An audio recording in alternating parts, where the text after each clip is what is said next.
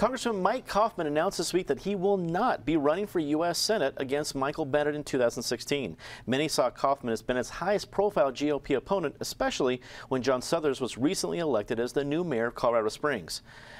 David, this somewhat surprised me because I thought, as I think a lot of people did, that Coffman was really the guy who could probably take on Bennett. It would still be a very tight race. There was no shoo-in, but be pretty competitive, especially with how we saw Cory Gardner be successful in 2014.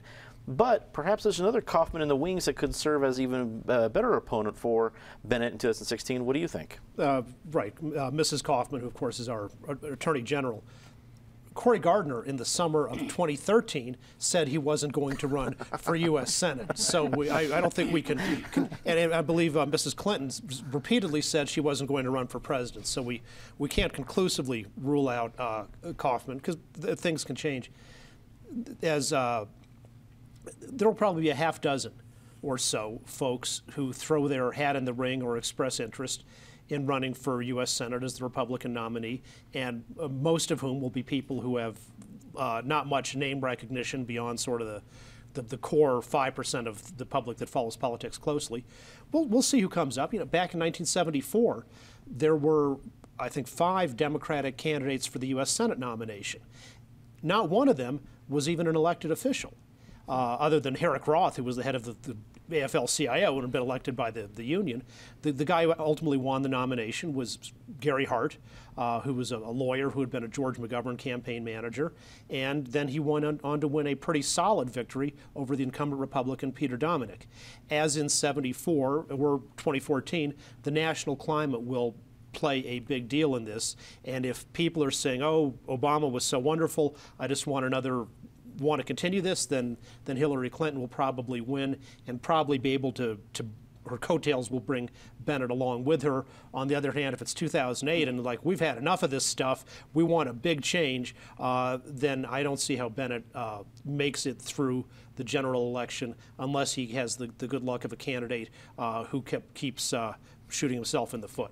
So if Kim Buck runs again, maybe something right. like that, I get you. Ed, were you surprised by the announcement? And like David said, how much credence do you give to it this far ahead of the game?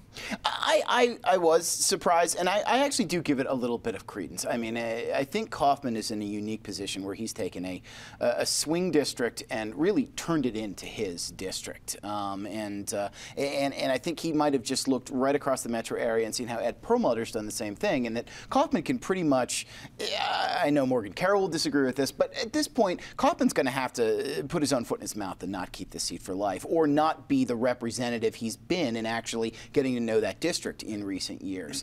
I'm surprised that he's not running because I think there was going to be a substantial amount of pressure put on him to run, and I think this tries to avert this.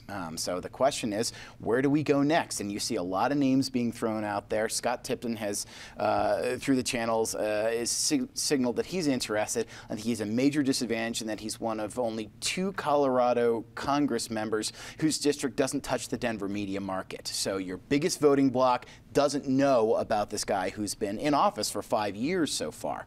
I think one of the more interesting names that will be thrown out there is George Brockler, the Arapahoe County DA. Voters in the state have seemed to like DAs. I mean, all they do is get in the news for prosecuting criminals. I mean, obviously Brockler is in the news big time right now. His office has a chance to win a case that everyone's pulling for him to win, and he has a chance to come out of this with none of the blemishes that some of the other candidates will bring to this race. I'm curious to see if this will be a catapult for him. Ben, probably as a viewer but not as a participant, you may not know Colorado Inside Out's tradition of predicting wildly this far ahead of an election and ruining several different political careers with our predictions. So we hope you can join in with that. As you look ahead, is it Brockler? Is it Cynthia Coffman? Does Mike change his mind? Is there another name out there that we're just not thinking about that's going to be a surprise? Who do you think Bennett faces in a year? Hard to say. I think, as David said, it's early and it's hard to give total credence to an announcement that he's not going to do something today because there's a lot of time, and we saw Cory Gardner change his mind as well. I think, if I'm the Republican Party, I would be looking long and hard at the roster that they have, and it could be that not having a lot of exposure in the Denver media market is an advantage for Scott Tipton, simply because creating your own narrative, I think, is a really critical element in this. And you can see what happened with Udall, how Gardner was really able to control the narrative and really define Udall. And part of the issue there was that it was hard for the Democrats to, in turn, define Gardner beyond a single issue. So I think it's possible that someone new without as much of a backstory would be advantageous. I certainly think the DA has a lot of appeal. So we shall see. I do suspect that Bennett will face a very difficult re-election.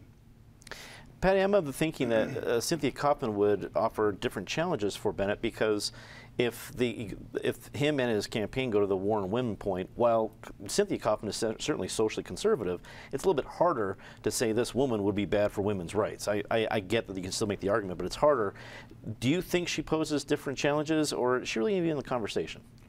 Well, I'm not sure why she's the go-to person right now. Let's remember Jane Norton didn't do well. Ken Buck beat her, and we saw how well that worked out.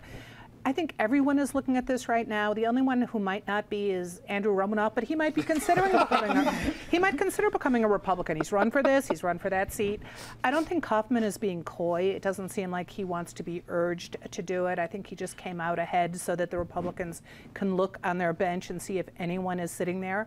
All we have to do is look at the governor's race last year to see there were some interesting candidates like Mike Kopp. And if he'd been allowed to run a little further, he might be someone who would be an interesting candidate right now. Brockler's interesting. Who else? Dan Kaplis has always floated the idea of running. I think everyone is out there exploring it now, including maybe Andrew Romanoff.